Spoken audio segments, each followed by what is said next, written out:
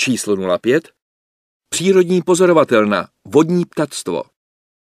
Dorazili jsme k pozorovací stanici vodního ptactva. Tady už opravdu začíná ekozóna, která zcela patří nám, zvířatům a rostlinám, tedy přírodě.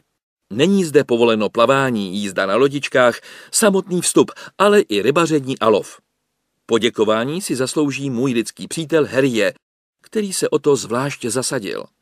Možná vám přijde, že je tady všechno pořád ještě trochu holé, ale i přesto můžete vidět, že na ostrovech, které byly pro nás založeny, se už uchytilo mnoho rostlin, například sítiny, ostřice a dokonce i první stébla rákosí. Divoká kachna a polá kocholačka, labuť velká, divoká husa a potápka roháč, rákosník zpěvný a obecný, strnat rákosní, slavík modráček a pěnice hnědokřídlá, těm všem se tady moc líbí a rádi zde hnízdí. Dokonce tady můžeme neustále potkávat i ledňáčky a břehule říční. Na jaře a na podzim, když přijde ptačí tah, jak říkáte vy lidé, zde často po delší dobu odpočívá například vzácná pisila čáponohá nebo volavka červená. Mně samotnému nabídl můj přítel Harry, že mi postaví hnízdo, abych v něm mohl mít mláďata.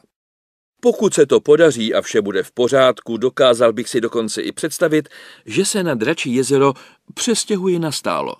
Protože tady, kde je voda jezera mělčí, se mi dobře loví ryby. A krásné prostředí a nádherné panorama je prostě fascinující. Jsem sám zvědav, jak to všechno dopadne.